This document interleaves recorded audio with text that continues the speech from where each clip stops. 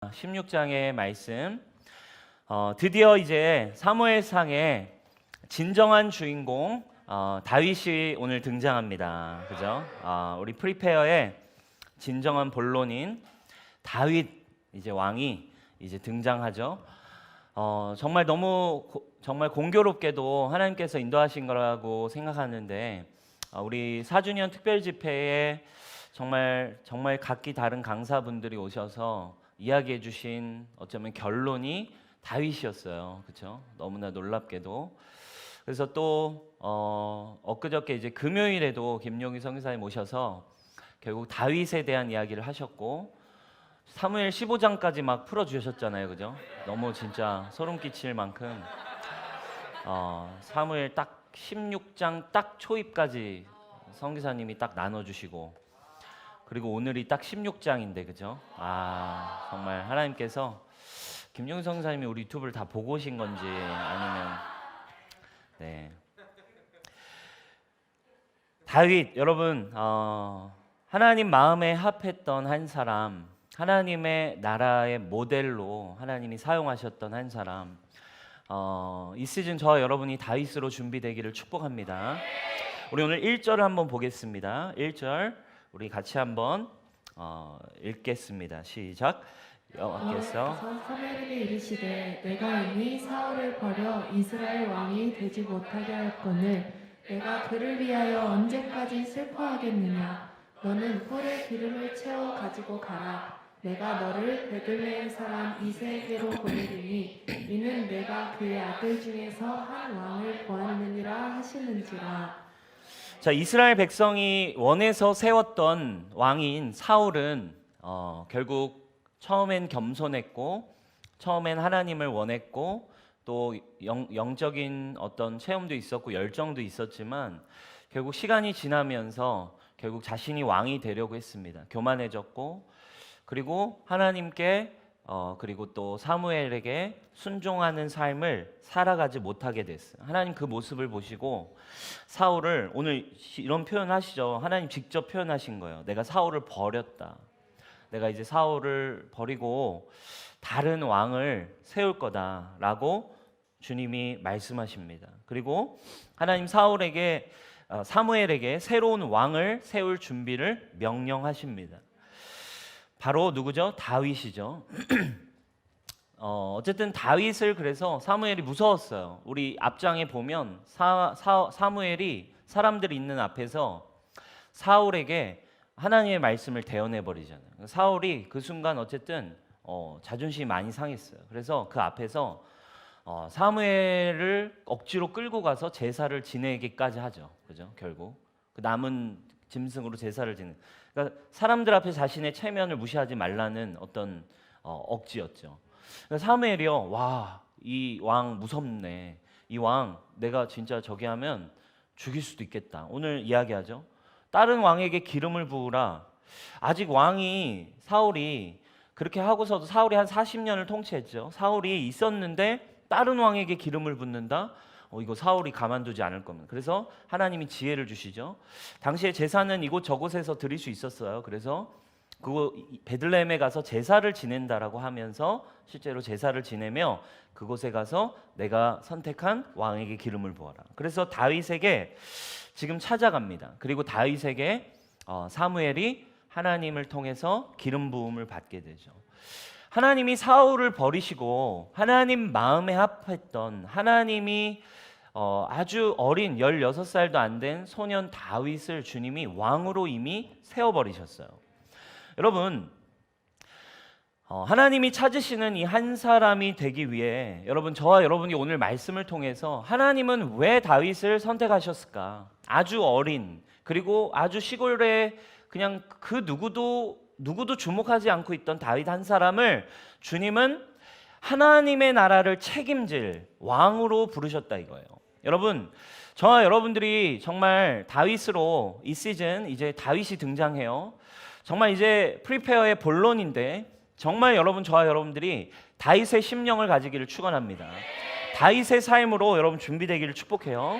그렇다면 오늘 하나님이 다윗을 선택하실 때 다윗을 선택하신 하나님의 관점, 하나님의 마음, 하나님이 다윗의 무엇을 보셨는가, 중심을 보셨다 했는데 하나님이 선택하실 수밖에 없었던 다윗이 가졌던 그 중심, 그리고 하나님이 관점은 어떤 관점이 있을까, 그것을 우리가 좀 볼 필요가 있죠.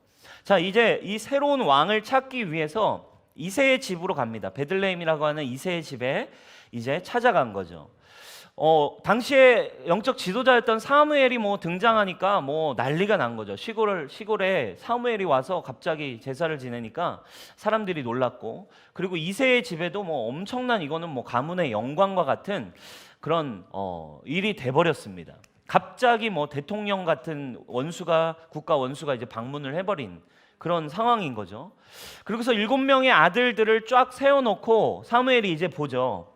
자, 첫째 아들을 이제 보는 거예요. 하나님, 이 사람입니까? 딱 보자마자 와, 딱 첫째 아들 요놈.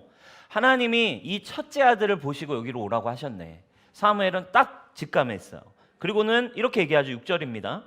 그들이 오매 사무엘이 엘리압을 보고 마음에 이르기를 여호와의 기름 부으실 자가 과연 주님 앞에 있도다 하였더니, 엘리압을 딱 만났는데요, 그냥 딱 보자마자 와, 하나님이 왕으로 세울 만큼 키도 크고 용모도 좋고 뭐 매너도 뭐 여러 가지 품격으로 막 최고의 모습을 가지고 있는 느낌인 거예요.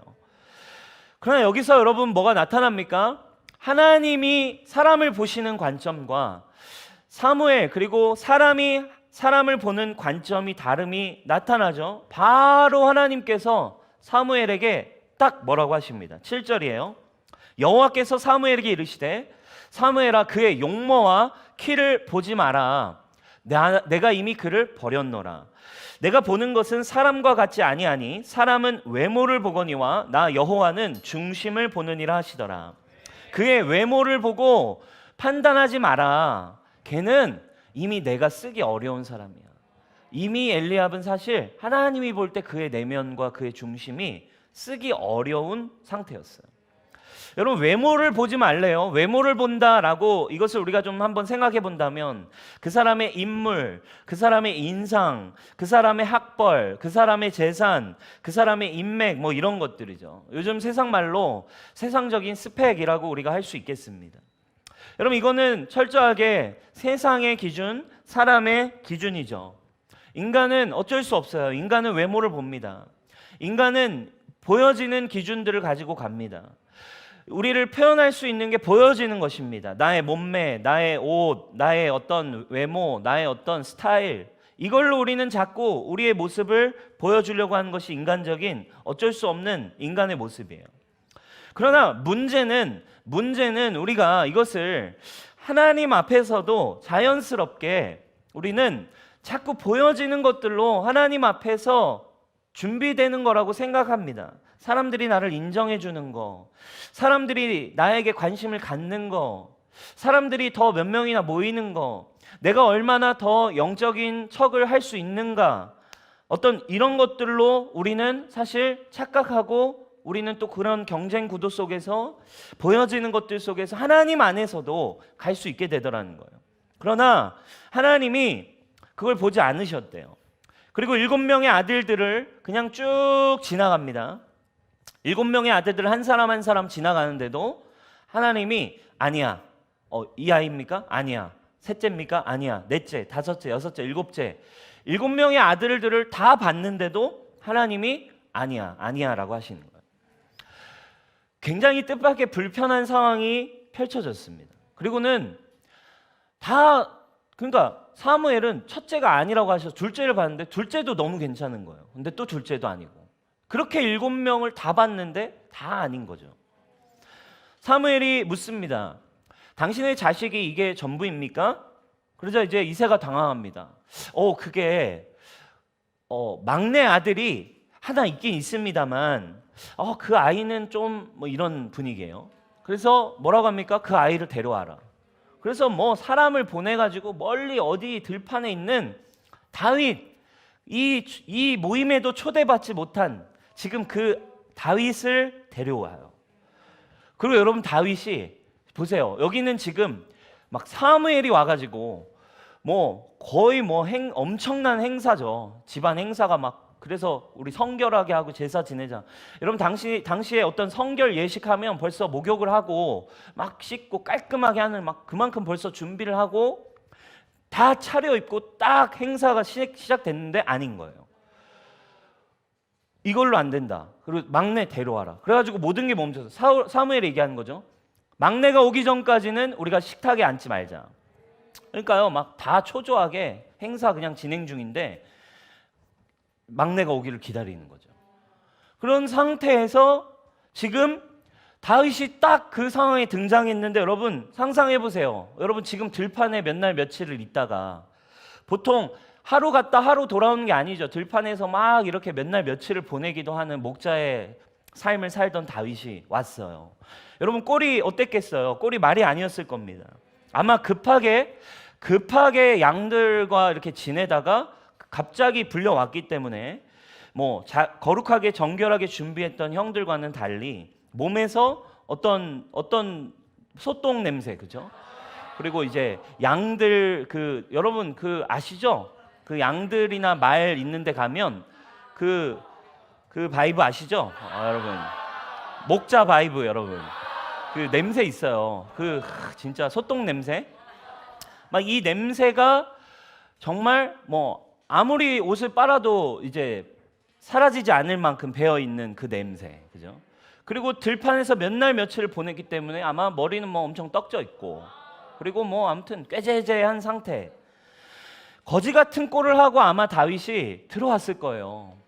여러분 보세요. 형들이 깔끔하게 보여지는 멋진 매너, 사무엘을 접대하는 매너 이런 걸 가진 것과 달리 다윗은 그냥 와가지고 저 왔어요. 약간 이런 분위기인 거죠. 그런데 사무엘상 16장 12절에 이 다윗을 보고 굉장히 사무엘이 뭔가 막 배경음악이 쫙 나오는 느낌처럼 뭔가 신선한 음악이 나오며 시적인 표현이 나와 있어요. 12절입니다. 이에 사람을 보내어 그를 데려오매 그의 빛이 붉고 아마 이렇게 상기가 좀 되어 있었나 봐요. 얼굴이 홍조를 띠고 있었고 눈이 빼어나고 얼굴이 아름답더라. 여호와께서 이르시되 이 사람이다. 얘가 그니 일어나 기름을 부으라. 이놈이다. 얘야. 기름을 부어. 여러분 하나님이 다윗이 들어왔는데 얘래요. 마음에 들어 하셨어요. 이 사람이야. 마음에 들어 하신 모습이 무엇이었을까요? 얼굴이 붉은 거? 눈이 빼어난 거? 얼굴이 아름다움일까요, 여러분? 그렇게 따지면 뭐 저와 여러분 중에는 참 쉽지 않은 부분이 있는 것 같아요. 용모가 빼어나고 키가 저희 중에는 쉽지 않아요. 정말 여러분. 인정 안 하는 분위기인데 약간 네. 저희는 사실 주님 마음에 들 수 없죠, 여러분. 눈이 붉고 빼어나고 뭐 얼굴이 아름다움이 주님이 좀 상큼함이었나요? 다윗에게? 아니죠. 오히려 어쩌면 하나님이 마음에 합하셨던 다윗의 모습이 18절에 오히려 잘 표현이 되어 있어요. 소년 중 한 사람이 대답하여 이르되 내가 베들레헴 사람 이새의 아들을 본즉 수금을 탈 줄 알고 용기와 무용과 구변이 있는 준수한 자라. 한 가지 이게 중요한 거죠. 여호와께서 그와 함께 계시더이다. 하나님이 보셨던 마음에 드셨던 한 가지는 다윗의 중심이었는데 나는 외모를 보지 않아. 나는 중심이야. 근데 다윗의 중심 안에 있었던 한 가지의 특징은 여호와와 함께 하는 사람이었대요. 여러분 이게 중요한 것 같아요. 외모냐 중심이냐. 이게 성경의 메시지입니다. 큰 틀이죠. 육이냐 영이냐. 그렇죠? 조금 더 복음적인 내면의 어떤 복음의 메시지로 간다면 겉사람이냐 속사람이냐. 이것이 성경이 우리에게 이야기하고 있는 어떤 하나님의 관점이에요, 여러분. 여러분은 어떠십니까? 지금 여러분들이 하나님의 사람이 되기를 원하고 하나님 앞에 간다라고 할 때 저도 마찬가지예요. 저도 사역자, 저는 목사입니다. 목사지만 어느 순간 사람은 사역을 하고 열심히 하다 보면 사람들이 나를 어떻게 평가할까? 사람들이 나를 어떻게 볼까? 사람들이 나를 어떤 식으로 생각하는 게 좋을까? 이걸 잊기가 참 쉬운 것 같아요. 이것이 우리의 싸움입니다. 하나님이 보셨던 다윗의 모습은 외모가 아니었어요. 그의 중심과 그의 마음이었습니다. 성경은 우리에게 알려주고 있어요. 하나님은 언제나 겉사람이 아니라 그 안에 속사람, 그리고 우리의 외모가 아니라 여러분 안에 중심에 있는 지금 그 마음을 주님은 보신다. 잠언에 보면 하나님은 마음을 감찰하신다라고 말씀하세요. 이 말씀 제가 굉장히 좋아합니다. 마음을 감찰하신대요. 감찰한다라는 뜻은 무게를 다신다는 거예요. 무게를 다신다. 우리의 마음의 무게를 주님은 다세요. 여러분, 결국 우리가 하나님 앞에 서는 거, 여러분 결국 뭐예요? 우리가 죄에 대한 고민도 결국은 뭘로부터 시작되는 거죠? 하나님 앞에서 내가 하나님이 얼마나 이것을 어떻게 생각하실까 한 거죠. 그는 보잘것없었고 어렵고 지금 가족으로부터 인정받지 못했어요. 아무도 보지 못하는 들판에 있었지만 그는 프리페어 되었어요. 무엇으로? 그의 중심으로. 여러분, 첫 번째 우리가 하나님 앞에서 하나님은 중심을 보신다라는 이 너무 많이 들었지만 이 단순한 이 한 가지가 오늘 우리가 이 사무엘상을 배우며 우리가 새로운 시즌을 준비하며 여러분 이 한 가지의 키워드, 하나님은 중심을 보신다. 이것이 저와 여러분들에게 다시 한번 기억되길 축원합니다. 다시 한번 따라합시다. 하나님은 나의 중심을 보십니다. 아멘. 이것이 여러분 얼마나 중요한지 몰라요. 이것이 그리고 얼마나 복음에 있어서도 우리에게 복된 소식인지 모릅니다. 여러분, 하나님이 우리의 중심, 우리의 마음, 그리고 우리의 영, 우리 안에 계신 그리스도를 보시죠. 여러분, 우리가 구원받았다라는 거는 이제 뭘 이야기하는 건 줄 아세요? 이게 굉장히 중요한 거예요. 우리가 구원받았다는 거는 주님이 더 이상 우리의 죄를 보시지 않으시고 우리 안에 다시 살아난 영 안에 있는 성령, 그리고 예수 그리스도의 십자가로 말미암은 보혈을 주님이 바라보시겠다라는 뜻이에요. 아멘. 구원받았다라는 건 이제 주님이 더 이상 여러분들의 외모, 여러분들의 어떤 죄, 여러분들의 행위를 보는 것이 아니라 여러분 안에 계신 예수 그리스도를 보신다라는 뜻이에요. 주님이 우리의 예배를 받으시겠다라는 건 이제 구원받았으니까 열심히 한다 이게 아니라 값없이 우리에게 주신 예수 그리스도의 십자가 때문에 예배하는 거죠. 할렐루야. 이게 여러분 얼마나 중요한 포인트인지 몰라요. 중심을 보신대요. 우리의 영을 보셔요. 우리가 그리스도 안에서, 그래서 여러분 우리가 중요한 게 뭔지 아세요? 날마다 여러분들의 상태, 여러분들의 외모, 여러분들의 수준, 여러분들의 맨날 넘어지는 죄, 여러분들의 상태가 아니라 주님은 어쨌든 여러분 안에 있는 예수 그리스도를 붙드는지 안 붙드는지에 관심을 가지세요. 여러분 중심을 관리하셔야 돼요. 주님, 제 상황과 환경 여전히 연약하고 힘들고 어렵지만 제 마음 안에 있는 예수 그리스도와 제가 함께하기 원합니다. 예수 그리스도가 주신 복음, 주님이 주신 죄 사함과 값없는 진리, 이 생명을 주님 제가 소중히 여기겠습니다. 이것을 믿음으로 걸어가기 원합니다. 여러분, 이게 우리의 중심을 관리하는 거예요. 이게 복음의 굉장히 중요한 메시지예요. 그러므로 여러분 안에 계신 예수 그리스도를 여러분도 바라보셔야 돼요. 자꾸 내 겉에 보이는 사역, 겉에 보이는 사람들의 어떤 인정이 아니라 여러분 안에 생명이 있어요. 아멘이시죠? 내 삶은 연약해도 여러분 안에 계신 예수 그리스도께서 여러분들을 거듭나게 하셨고 여러분 안에 영으로 거하고 계세요. 여러분 내면 안에 있는 영, 그리고 여러분들의 마음이 그리스도가 통치하시는 마음으로, 중심으로, 복음으로 한 걸음 주님, 제가 주님과 연합하길 원합니다 하는 이 마음이 이 예배에 있다고 한번 생각해 보세요. 여러분, 그 중심을 가진 사람들이 여러분 이 예배에 온다고 한번 생각해 보세요. 이 예배가 어떤 일이 일어날까요? 여러분, 이 예배가 어떤 식이 될까요? 그러나 여러분, 오늘날 왜 한국교회 예배에 임재가 없죠?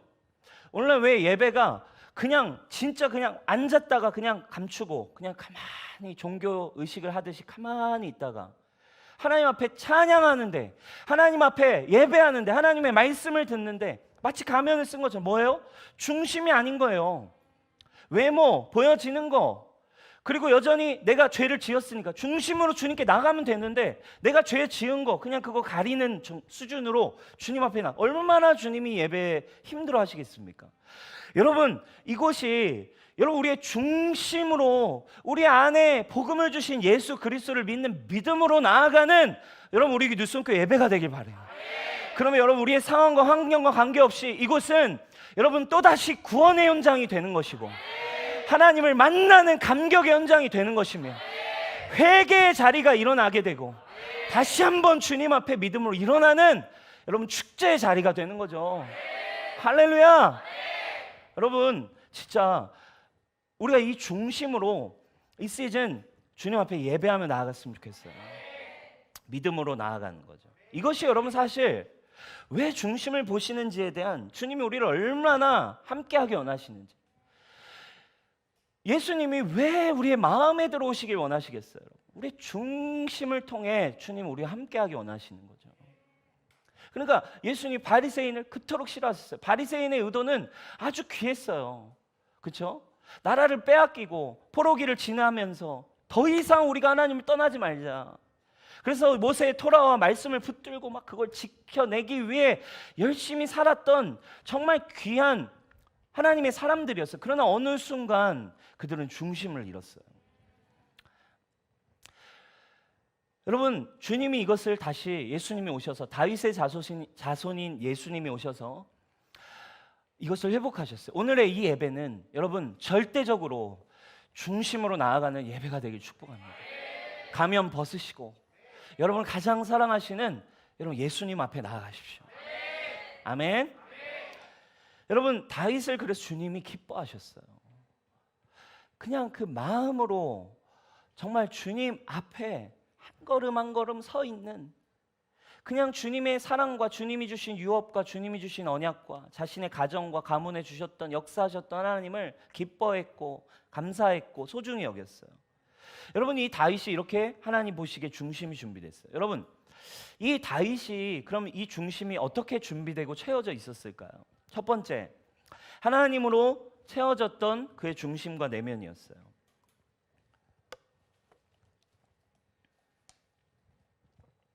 그의 강함은 그가 선택받을 수 있었던 마음의 중심은 마음이 하나님 안에서 만들어졌어요. 이 아이들이 다냐? 아직 막내가 남았습니다. 이야기하죠. 이세의 대답 속에 재밌는 힌트가 있어요. 막내라고 하는 단어 히브리어는 비속어로는 찌꺼기라는 뜻으로 사용되는 단어예요. 조금 좋게 표현하자면, 그냥 일상적으로 좀 좋게 표현하자면 꼬맹이, 그냥 뭐 꼬맹이, 꼬마 뭐 이런 식으로 불릴 수 있는 건데, 그냥 어쩌면 집에서 좀 잔심부름하는 약간 아들이긴 하지만 당시에 이제 철저하게 이스라엘도 장자 사회였기 때문에 한 8째 정도 되면 늘 이제 사실 이제 멸시와 사실 고통을 당하죠. 요셉도 그랬잖아요. 그죠? 그러니까 좀 막내쯤으로 가면 사실은 뭐 아들이긴 하지만 사실 심부름 많이 하고 종처럼 일하는 그런 존재로 살아가고 있었어요. 다윗이 그만큼 무시당하고, 다윗은 어쩌면 아들로, 여러분 현실 아닙니까? 아들들을 불러 모아라 했는데 다윗은 부르지 않았어요. 아들로 카운트되지 않았어요. 엄청난 가문의 영광 아닙니까?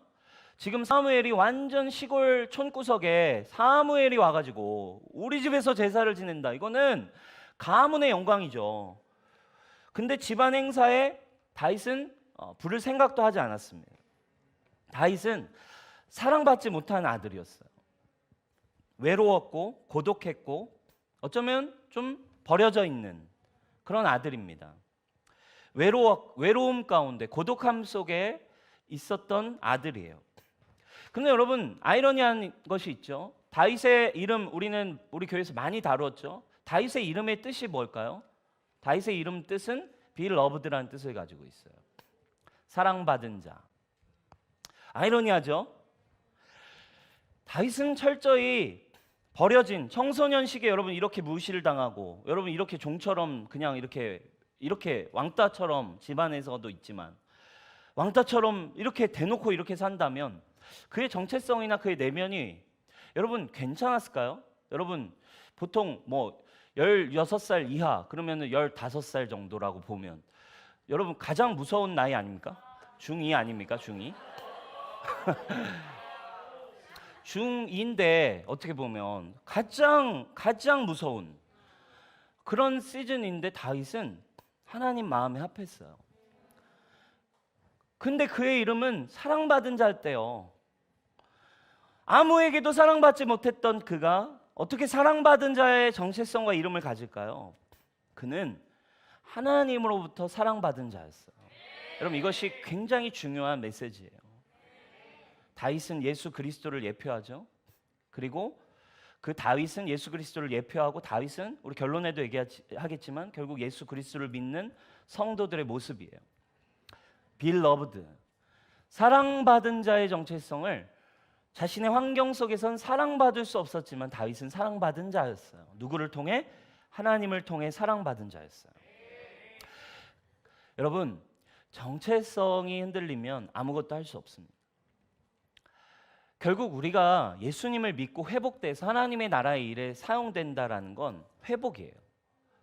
많은 사람들은 회복되지 않는 상태에서 사역을 할 경우 여러분 사역을 제대로 할 수 없어요.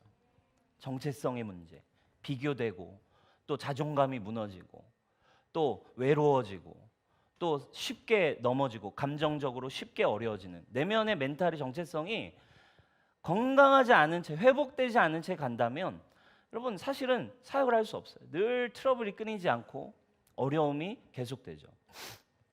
그러나 다윗은 빌러브드였어요. 하나님께 깊은 사랑을 받았고 하나님을 사랑하는 거죠. 그가 뭐의 정체성? 사랑받은 자의 정체성을 분명히 그의 중심과 내면 안에 가지고 있었어요. 여러분들의 정체성 정말 하나님을 통해 사랑받은 자임을 믿으세요? 여러분 그것이 정말 경험되어지셨나요? 여러분 성령께서 하신 일이 이거예요. 여러분들에게 첫 번째 예수님을 만나게 하실 때 주님은 여러분들의 정체성을 회복시키세요. 다윗의 삶은 사실 우리의 삶이에요. 여러분 버림받을 수밖에 없고 우리 부모님이 있지만 부모님이 우리에게 모든 사랑을 주시면 좋겠지만 그럴 수 없고 세상이 죄로 가득해서 세상에서 상처받고 어려워지고 깨어지고 어려운 이때 우리가 어떻게 하나님 앞에 사용될 수 있을까요? 우리의 중심이 어떻게 내면이 흔들리지 않고 건강하게 아주 밝고 기쁨으로 믿음으로 가는 내면 어떻게 가지고 있나요? 주님의 사랑밖에 없어요. 관념적인 표현이 아니라 여러분 주님의 사랑이 여러분들의 마음과 믿음 안에 분명하게 경험되기를 주님의 이름으로 축복해요. 성령이 하시는 일이 이거예요. 여러분 예수님이 위대한 사역을 하셨잖아요. 예수님이 위대한 사역을 하셨고 그분이 이제 공생애를 시작하실 때 세례를 받으셨어요. 세례를 받으며 성령이 임해 왔습니다. 말씀 한번 띄워주시겠어요? 여러분 우리가 성령을 받을 때 성령이 임하면 어떻게 됩니까? 이제 막 위대한 사역. 맞아요. 예수님도 성령이 임하신 뒤에 막 오병이어도 하시고 죽은 자도 살리시고 어마어마한 일들을 하셨어요. 그러나 주님이 성령을 받으실 때 주님이 들으셨던 메시지가 분명합니다. 예수께서 침례를 받으시고 물에서 올라오실 때 하늘이 열리고 하나님의 성령이 비둘기같이 내려 예수님 위에 임하심을 보시더니 여러분 중요한 게 있어요. 하늘로부터 소리가 있어 말씀하시되 이는 내 사랑하는 아들, 이는 내 beloved son입니다. 내 기뻐하는 자. 예수님의 사역의 힘이 어디에 있었는 줄 아세요? 그냥 뭐 성령 강림 뭐 이거 해가지고 된 줄 아세요? 아니에요. 성령의 첫 번째 메시지는 여러분들 사랑하신다는 메시지예요. 주님이 나를 어떻게 사랑하세요? 우리가 아직 죄인 되었을 때 예수 그리스도의 십자가를 통해 하나님께서 자신의 사랑을 확증하셨어요. 내가 너를 사랑한다. 어떻게? 예수 그리스도의 십자가를 통해 성령이 하시는 메시지는 우리에게 구원을 주실 때 너는 이 세상 그 무엇과도 바꿀 수 없는 이 세상 하나밖에 없는 세상을 다 줘도 바꿀 수 없는 99마리가 있어도 내가 내 모든 걸 걸어서 너를 찾아올 만큼 너는 내 사랑하는 아들이야. 가장 사랑하는 아들이야.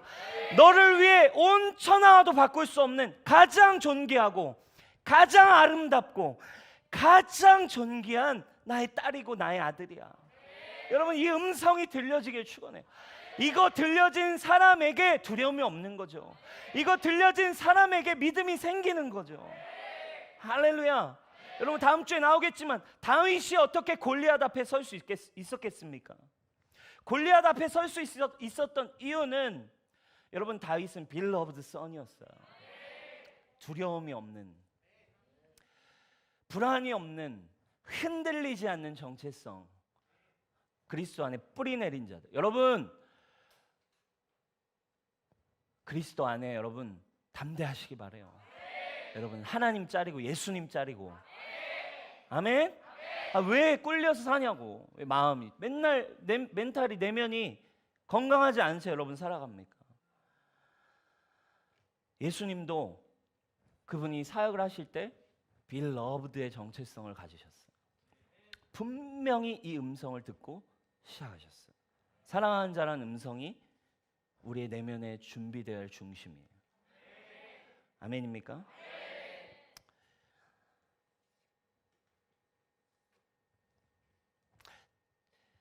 다윗이 하나님과 맺었던 그래서 그 관계는 굉장히 특별한 관계였어요. 뭐 시간이 없으니까 뭐 넘어가지만 다윗의 가문 자체가 뭐 우리 김용희 성사님도 설명하셨지만, 그죠? 다윗의 아버지 이세, 그죠? 이세의 아버지 오벳, 그죠? 오벳의 아버지가 보아스잖아요, 그죠? 보아스의 또 조상으로 가면 라합이 나오고, 보아스, 룻, 올라가면 또 라합. 그러니까 사실 이 가문이 이미 하나님이 선택하신 믿음의 가문이고 혈통이죠. 예수 그리스도를 주시기로 작정한 믿음으로. 라합 이방 여인이었지만 뭘로? 믿음으로 하나님의 구원하심을 붙든, 그리고 그 빨간 줄, 보혈을 상징하는 줄을 내달아서 구원을 받은, 구원을 이룬 믿음의 여인 라합. 또 믿음으로 취했던 그 믿음의 이야기들, 여러분, 다윗은 자신의 가문 속에 할아버지, 증조할아버지, 또 그 위에서 이야기했던 하나님이 주셨던 언약과 믿음을 따라갔던 그 이야기들을 계속 들었죠. 여러분, 믿음은 들음에서 나오는 것입니다. 그래서 여러분, 모태신앙이 사실 얼마나 귀한 건지. 할렐루야. 저는 진짜 제가 사실 요즘 생각해보면 언제 구원받았는지 잘 모르겠어요. 생각해보면 인격적으로 제가 제 주권을 주님께 드린 기억은 있지만 진짜 사실 언제인지 모르게 들으면서 듣다 보니, 교회에서 살다 보니 제 안에 사실 주님이 거하고 계신 거죠. 다윗 안에도 주님을 향한 이 믿음이 있었어요. 그리고 주님을 사랑했고 주님의 사랑을 받았고 주님을 사랑하는 중심을 가진 하나님의 사람이었어요. 근데 여러분, 이 다윗이 그러니까 특별한 거예요. 하나님 보실 때 너무너무 특별해. 너무너무 계시적이고 너무너무 놀라워. 왜? 다윗이 그 당시 하나님과 맺었던 관계는 아주 특별해요. 왜냐하면 당시 이스라엘이 드리는 전형적인 예배 양식은 뭐예요? 다 율법. 뭘 통해 하나님께 예배해요? 뭘 통해? 제사. 제사에 뭐가 있어요? 뭘 해요? 제물을 죽여서 피를 흘리게 해서 드리는 제사가 당시에는 일반적인 하나님과의 관계예요. 하나님과 예배라고요. 하나님께 나아간다라 할 때는 그 제사를 통해, 제사가 열리는 곳에 가서였어요. 다윗은 특별했어요. 그 제사를 통해 하나님과 관계하지 않았고, 마음의 찬양과 그 마음 속에서 하나님을 향한 사랑과 마음 속에서 하나님의 은혜와 하나님의 놀라우신 인도하심을, 그거를 그 마음 속에서 하나님과의 인격적인 관계 예배를 열었어요. 율법이라는 문자와 형식을 넘어 그의 마음이 하나님과 연결됐죠. 사랑하는 여러분, 사랑하고 사랑받고 사랑하는 그 중심의 마음이 하나님과 오늘 회복되기를 축복합니다. 아멘. 누구보다 예수님을 사랑하십시오.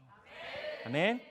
그리고 우리의 이 예배의 모형은 지금 우리가 마음으로 주님께 찬양하고 예배하는 우리의 영으로 그리스도의 보혈을 의지하여, 이거 이미 다윗이 여러분 세팅한 거예요. 그죠? 다윗의 장막. 여러분들의 중심이 준비되길 축복합니다. 두 번째, 그가 준비되었던 것이 무엇일까요? 하나님과 동행으로 만들어진 그의 일상이었습니다. 여러분, 아주 평범한 여러분의 일상을, 여러분들의 들판에서의 삶을 여러분 주님이 만드셨고 주님이 인도하셨고 또 주님이 지켜보고 계심을 믿으세요? 정말 믿으세요? 오늘 주님이 변방의 동네 베들레헴, 아무도 잘 가지 않는 베들레헴으로 갔다는 거에 우리가 주목해 볼 필요가 있어요. 사무엘이 16장 4절입니다. 우리 같이 한번 읽어볼까요? 16장 4절 시작. 사무엘이 여호와의 말씀대로 행하여 베들레헴에 이르매 성읍 장로들이 떨며 그를 영접하여 이르되 말씀할까. 네, 쉽게 말하면 이거예요. 아니 여기까지 어쩐 일이세요? 평화로운 일 때문에 오신 거예요? 막 이분이 오시니까 막 무슨 뭐 문제를 저질렀나 우리가 뭐 잘못했나? 평강을 위해 오셨습니까? 평강을 위해 왔다 이야기하죠. 쉽게 얘기하면 아주 보잘것없는 곳에 하나님의 사람이 왜 오셨어요? 이 얘기예요. 여러분, 하나님은 여기서 중요한 거예요. 보잘것없는 여러분들이 주님과 관계없는 것 같은 아주 그냥 평범한 일상을 주님이 찾아가신다는 걸 기억하십시오. 그곳에서 주님이 여러분들을 바라보시고 그곳에도 주님은 방문하시고 그곳에서도 주님은 여러분을 보고 계심을 기억하세요. 교회에서, 예루살렘에서, 아주 사람들이 많이 모인 곳에서 사람들이 다 같이 와 하는 인정이 있는 분위기에서가 아니라 주님은 아주 작은 여러분들의 일상에 찾아가시고 방문하세요. 그리고 그곳에서 여러분을 보기 원하세요. 할렐루야. 지루하고 평범해 보이는 그 일상에 어쩌면 그곳이 우리가 준비되는 곳이에요. 로렌스 형제가 17세기 갈멜 수도원에서 대부분의 시간을, 수도원 삶이 인간적으로 보면 대부분의 시간은 영적인 의미가 전혀 없어 보이는 이 로렌스 형제가 수도원에 있었지만 대부분의 시간을 이게 영적일까 싶을 만큼의 주방 일들을 하며 대부분의 시간을 보냈어요. 근데 이 로렌스 형제는 주님을 위해 헌신한 사람 아니에요. 근데 주방에서 주로 많은 시간을 보낸 거죠. 일을 하느라, 시킨 일을 하느라. 근데 로렌스 형제는 위대한 하나님의 임재를 누렸던 사람이었어요. 한 동료 수사와 나눈 그의 대화를 기록한 유명한 책이죠. 하나님의 임재 연습에서 로렌스 형제가 이렇게 얘기하죠. 신앙 성장은 소위 영적인 일을 더 많이 하려고 지금 하는 일을 바꾸는 데 달려있지 않고 오히려 지금 하는 일에 대한 태도를 바꾸는 데 있다고 이야기해요. 우리는 뭔가 위대한 일을 해야 될 것 같으면 지금 좀 더 다른 일을 해야 될 것 같아. 좀 더 좋은 데 가서 내가 하면 좋을 것 같아. 이걸 바꾸려고 하는 데 있지 않대요. 오히려 지금 하는 일에 대한 태도, 중심을 바꾸는 데 있대요. 곧 평상시 자기 자신을 위해 하던 일을 이제 이것이 하나님이 나에게 허락하신 일이며 하나님을 위해 한다라는 마음이 중요하다는 거죠. 등산하는 사람들 여러분 등산하죠. 에베레스트나 이런 사람, 이것을 정복하는 사람들은 등산하기 위해 막 일생을 준비합니다. 많은 시간을 준비하고 훈련하고 그리고 막 올라가고 정상을 앞두고 막 남은 에너지를 다 씁니다. 그리고 몇 년을 준비하고 정상에 올라가서 정상에서는 보통 1시간도 있지 못해요. 그냥 찍고 사진 찍고 깃발 꽂고 바로 이제 하산합니다. 심지어 정상까지 오르지 못하는 사람도 많이 있어요. 그렇다면 여러분 정상을 정복하는 것이 중요한 겁니까? 준비하고 훈련하는 것이 중요한 겁니까? 준비하고 훈련하는 게 중요한 거예요. 우리는 인생에 몇 번 있을까 말까한 골리앗과의 싸움, 엄청난 사건, 엄청난 사역, 엄청난 일들이 아니라 우리의 날마다 날마다의 삶 속에 여호와와 나와 함께 하시고 하나님이 나에게 이 시간을 허락하셨고 지금 베들레헴 같은 이곳도 하나님이 나를 주목하고 계시며 하나님 나의 모든 일거수일투족과 나의 태도를 주님은 카운트하고 계신다. 코람데오 하나님 앞에서 에이브라임 링컨 잘 아시죠? 이런 이야기를 남겼어요. 하나님은 평범한 사람들을 좋아한다. 그것이 바로 그분께서 보통 사람들을 이렇게나 많이 창조하신 이유다. 마찬가지로 하나님께서는 우리의 평범한 일상을 소중히 여기세요. 그곳에서 여러분들의 태도를 확인하여 쓸 사람을 선택하십니다. 우리는 매일 일어나 학교를 가고 직장을 가고 과제를 하고 매일 반복되는 듯한 평범한 일상, 또 시험을 준비하고 내 방을 정리하고 설거지하고 밥을 먹고 회의를 참석하고, 또 지금 유튜브로 보고 있는 우리 군인들, 그죠? 아주 반복되고 단순한 일상, 그죠? 아무것도 일어날 것 같지 않은 평범한 일상 속에서 하나님 왜 이렇게 우리에게 이런 평범한 일상을 허락하실까요? 그곳에서 우리가 성장하기 원하시기 때문입니다. 성장하길 원하시기 때문입니다. 아멘. 하나님은 필요할 때 때론 우리를 극적이고 드라마틱하고 초자연적으로 인도하십니다. 그러나 그것 이전에 먼저 우리의 일상적인 삶 속에 우리를 부르세요. 그곳에서 여러분 승리하길 원하십니다.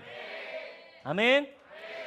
할렐루야. 여러분, 우리는 폭풍 같은 하나님의 역사를 기대합니다. 여러분 기대하십니까? 그러나 하나님은 이 폭풍 같은 역사 이전에 지팡이를 하나를 주십니다. 여러분, 우리는 5,000명을 나를 통해 먹을 수 있는 하나님의 위대한 기적을 원합니다. 그러나 그 전에 하나님 우리에게 아주 작은 아이의 도시락 하나를 주십니다. 우리는 골리앗을 잡는 어마어마한 이 위대한 하나님의 돌파, 골리앗을 때려잡아 이제 하나님의 나라가 팡팡 밀려나는 돌파와 역사를 원하지만, 그 전에 하나님은 우리에게 물맷돌 하나를 쥐어주십니다. 여러분 어떠세요?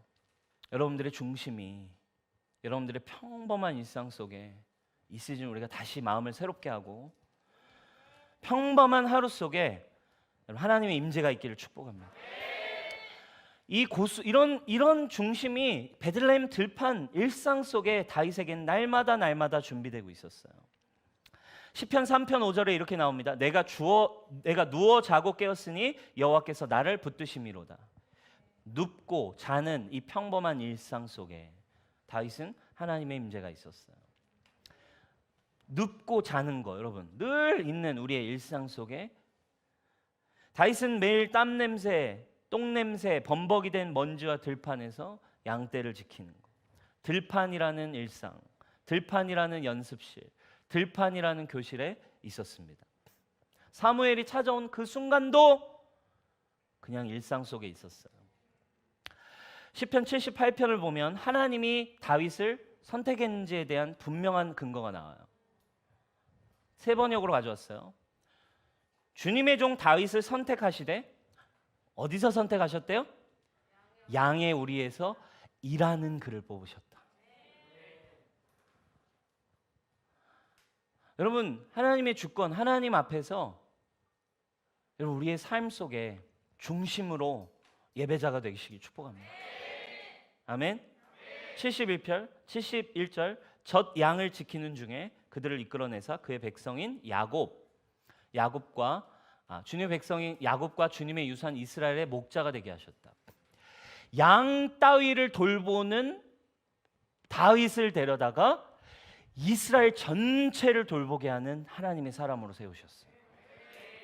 그래서 작은 일에 충성되고 작은 것에 여러분 최선을 다하라는 게 거기에 있는 거죠.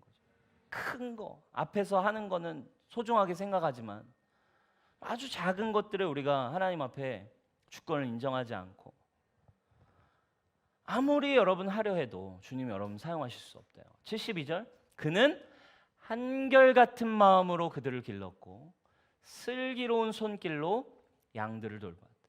양떼를 돌보던 목자를 주님은 양을 돌보는 데서 주님은 그의 중심을 보시고 너는 어마어마한 이스라엘 전체의 백성을 다스릴 수 있겠다.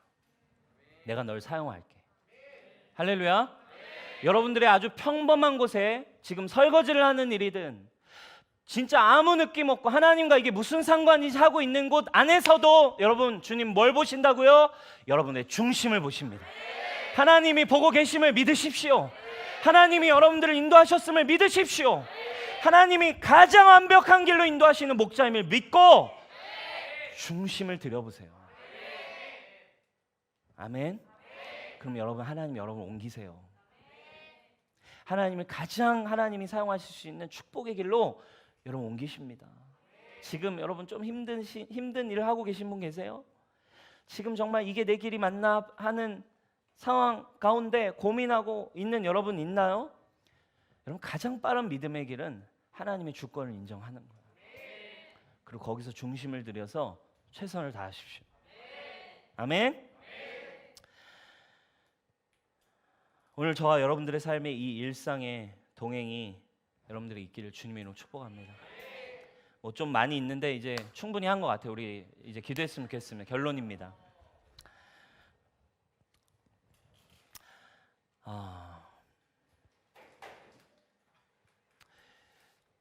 보이는 거, 겉모양, 그냥 눈에 띄는 거 막 여러분 조급함, 분주함 이런 거 말고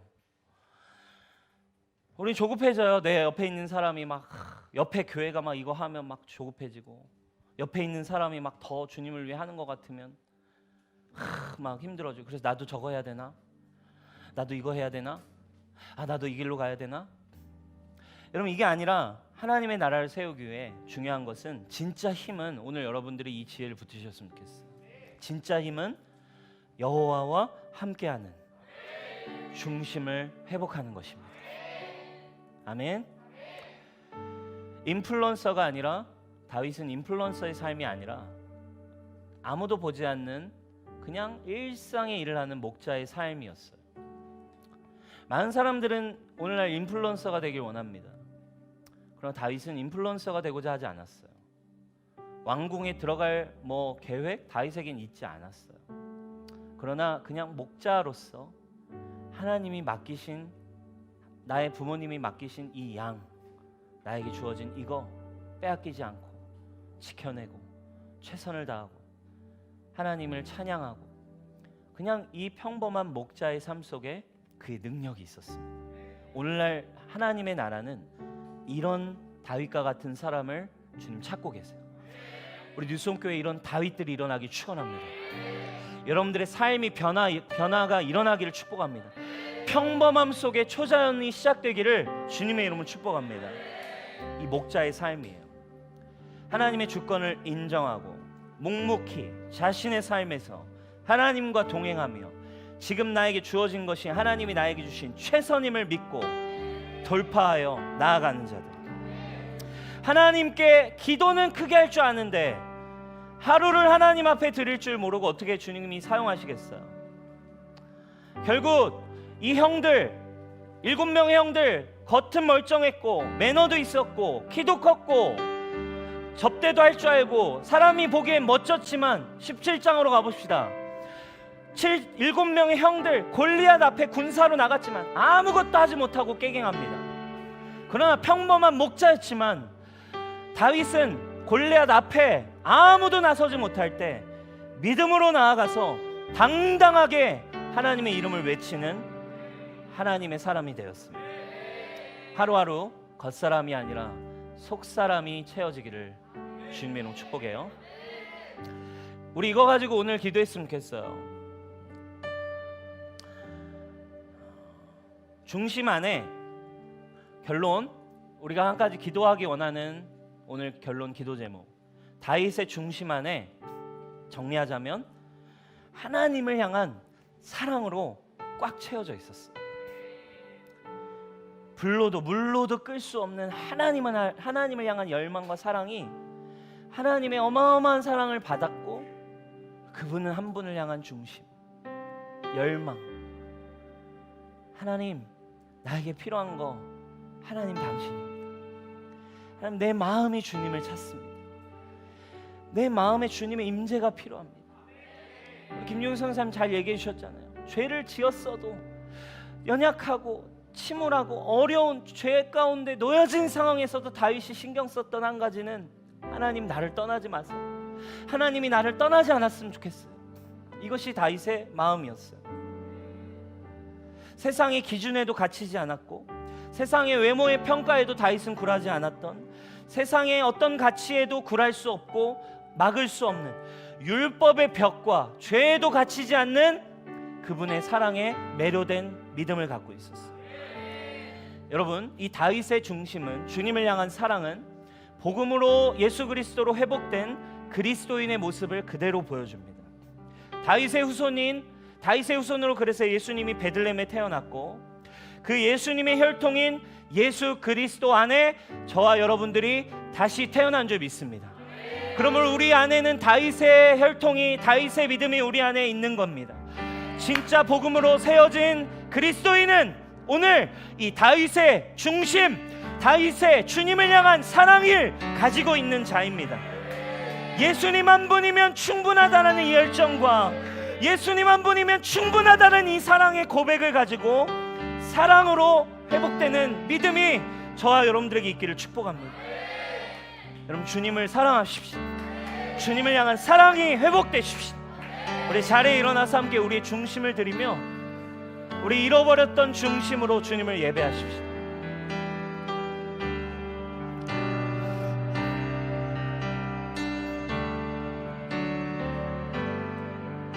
주님을 사랑한 기쁨을, 그 즐거움 빼앗기지 않게 하소서. 주님을 사랑한 기쁨을, 그 즐거움을 빼앗기지 않게 하소서.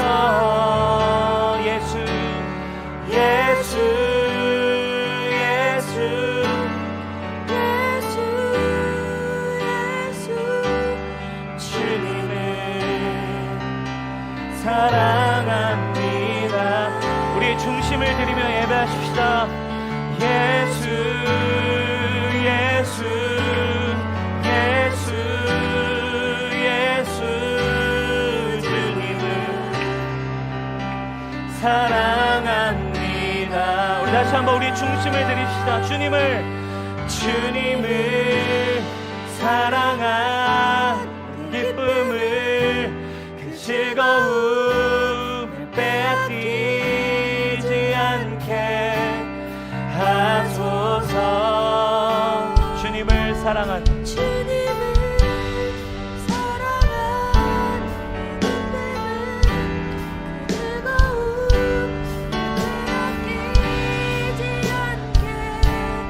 하소서. 예수, 예수, 예수, 예수, 예수, 주님을 사랑합니다. 예수, 예수, 예수, 예수, 주님을 사랑합니다. 예수, 예수, 예수, 예수, 예수, 예수, 주님을 사랑합니다. 예수, 예수, 예수, 예수, 주님을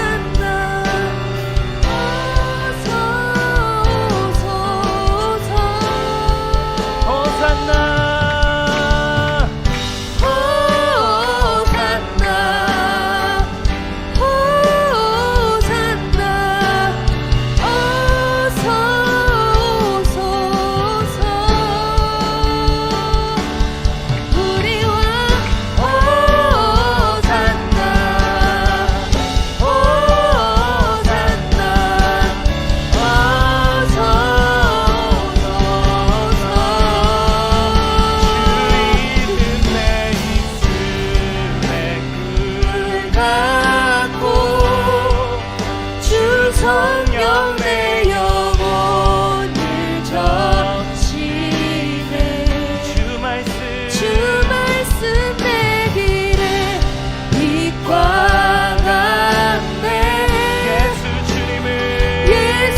주님을 사랑해요. 주 이름 내 입술에 꿀 같고 주 성령 내 영혼을 적시네. 주 말씀 내 길에 빛과 같네. 예수 주님을 사랑해. 예수 주님을 사랑해요. 예수 주님을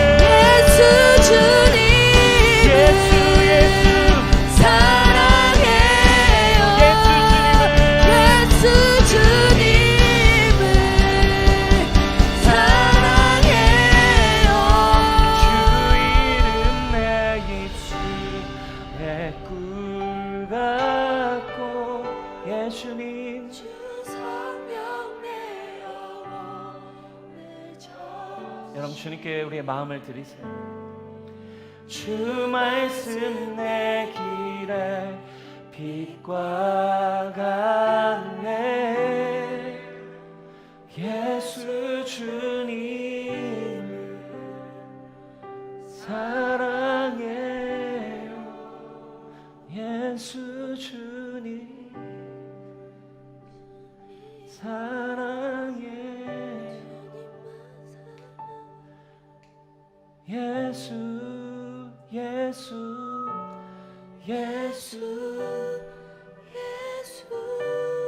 주님을 사랑합니다.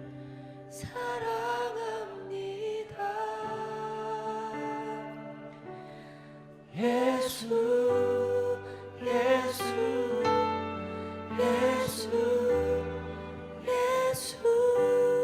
주님을 사랑합니다.